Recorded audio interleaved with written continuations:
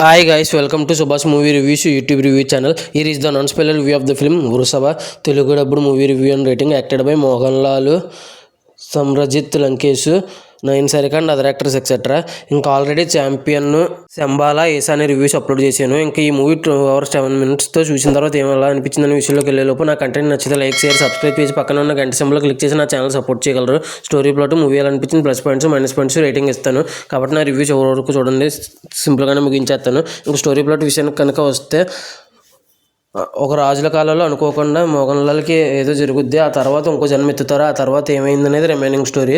ఆ కొడుకు తండ్రి ఎమోషన్ ఏంటి, ఆ పూర్వజన్మ ప్రస్తుత జన్మలో అనేది రిమైనింగ్ స్టోరీ. ఇంకా ఓవరాల్గా మూవీ విషయానికి కనుక వస్తే జస్ట్ ఓకే అని ఫస్ట్ హాఫ్ అనిపించింది. సెకండ్ హాఫ్ వచ్చేసి డీసెంట్ అనిపించింది. ఓవరాల్గా మరీ చాలా దారుణంగా ట్రోల్స్ చేస్తున్నారు. అంత దారుణంగా అయితే లేదు. First half just okay, second half decent కింద ఉంది నాకైతే.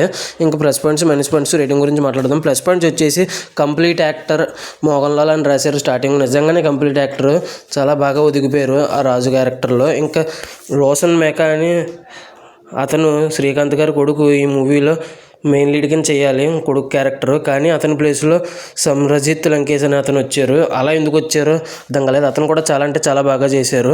ఇంకా నయన్ సారిక అనే యాక్టర్ చేశారు. ఈ అమ్మాయి ప్లేస్లో సనాయా కపూర్ అని జాన్వీ కపూర్ సిస్టర్ చేయాలి.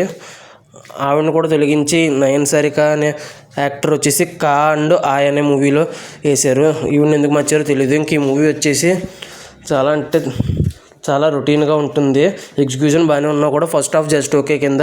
సెకండ్ హాఫ్ కొన్ని ఎమోషనల్ సీన్స్తో ఇంటర్వల్ దగ్గర నుంచి క్లైమాక్స్ వరకు మధ్యలో కొన్ని ఎమోషనల్ సీన్స్ తండ్రి కొడుకుల ప్రేమ కథతో డీసెంట్ కింద అనిపించి ముగుస్తుంది ఈ మూవీ. అలా అనిపించింది.